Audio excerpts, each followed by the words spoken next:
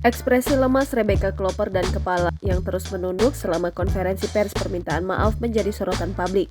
Setelah menyampaikan permintaan maaf ke publik, Rebecca Klopper disebut akan ke psikolog.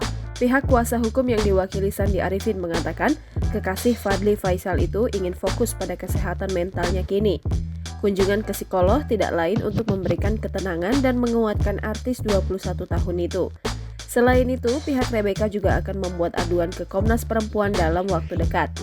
Di hadapan awak media, Sandi Arifin sekaligus membongkar kondisi mental kliennya setelah video viral diduga mirip Rebecca viral. Setelah sekian lama menghilang, akhirnya wanita yang akrab disapa Becca ini berani muncul ke publik untuk menyampaikan permintaan maaf.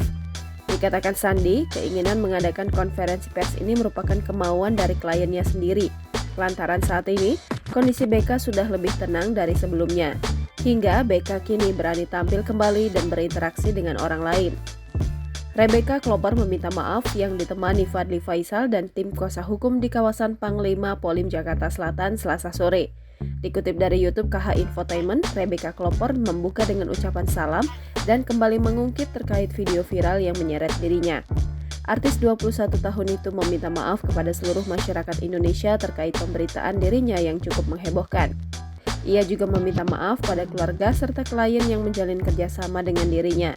Lebih lanjut, Becca juga menyelipkan nama sang kekasih Fadly Faisal. Ia turut memohon maaf kepada Fadly dan keluarganya karena ikut terseret pemberitaan. Selain meminta maaf, Becca juga tak lupa menyampaikan terima kasih. Ucapan terima kasih ditujukan kepada banyak pihak yang masih memberinya semangat hingga kini, termasuk berterima kasih kepada rekan, keluarga, hingga para fans yang masih setia mendukungnya. Termasuk juga Fadly Faisal dan keluarga yang turut menjadi korban dari berita tersebut.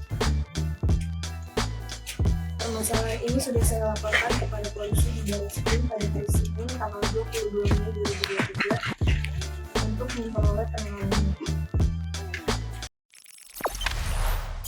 Jangan lupa subscribe, share, komen, dan like ya!